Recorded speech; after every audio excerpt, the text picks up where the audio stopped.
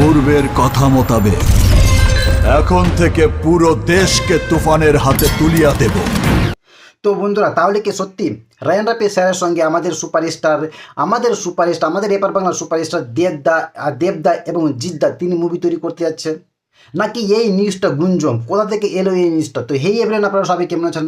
আশা করি সবাই ভালো আছেন। তো বন্ধুরা, আজকে কথা বলবো শাকিব খানের তুফান মুভির বক্স অফিস কালেকশন নিয়ে, এবং এই যে গুঞ্জনটা বাংলা ফিল্ম ইন্ডাস্ট্রির ভিতরে একটা গুঞ্জন সৃষ্টি হচ্ছে তা নিয়ে। তো সবই বলবো আপনাদেরকে। তার আগে আপনাদের কাছে একটা ছোট্ট অনুরোধ যে আমার ইউটিউব চ্যানেলটা সাবস্ক্রাইব করে আর বেল বাটনটাকে অন করে দেবেন। তো বন্ধুরা প্রথমে আপনাদের বলি যে রায়ান রাফি স্যারের কাছে আর প্রস্তাব গিয়েছে আমাদের এপার বাংলার দুজন স্টারের, সরি মেগা স্টার নয়, দুজন স্টারের। তারা নাকি রায়ান রাফি স্যারের সঙ্গে প্রস্তাব পাঠিয়েছে কাজ করার জন্য, মুভি তৈরি করার জন্য, কিন্তু এখানে সে নামটা মেনশন করেনি।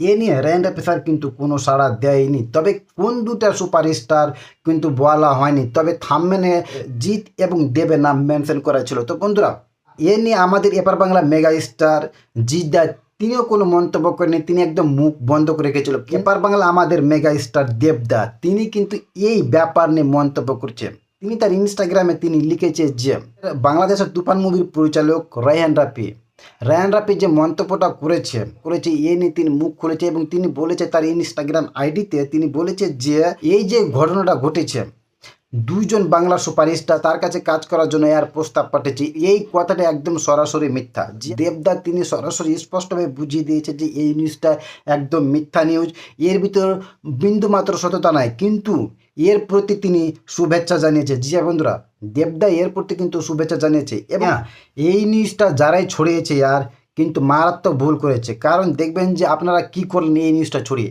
এখানে রায়ান রাফি স্যারকে ছোট করা হলো। কারণ তুমি দেখবে যে তুমি হয়তো একজনকে উপরে উঠাতে গিয়ে আর সে তাকে ছোট করে ফেললে। তো বন্ধুরা, তারপরে আমরা দেখে নেবো যে শাকিব খানের তুফান মুভিটা 21তম দিনে বক্স অফিস কালেকশন কত করলো। তো বন্ধুরা, শাকিব খান তুফান মুভিটা আর মাল্টিপ্লেক্সগুলোতে, শুধুমাত্র মাল্টিপ্লেক্সগুলোতে 21তম দিনে আর বক্স অফিস কালেকশন করেছে 37,04,000।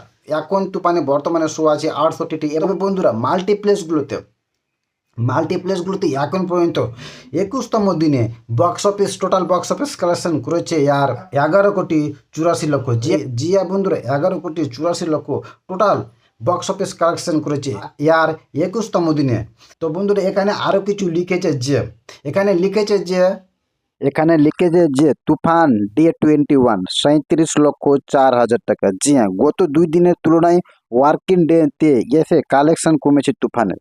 স্টার মাল্টিপ্লেক্সে 7টি ব্রাঞ্চে চলা 48টি শো এর মধ্যে হাউসফুল ছিল 13টি এবং অলমোস্ট হাউসফুল ছিল 3টি।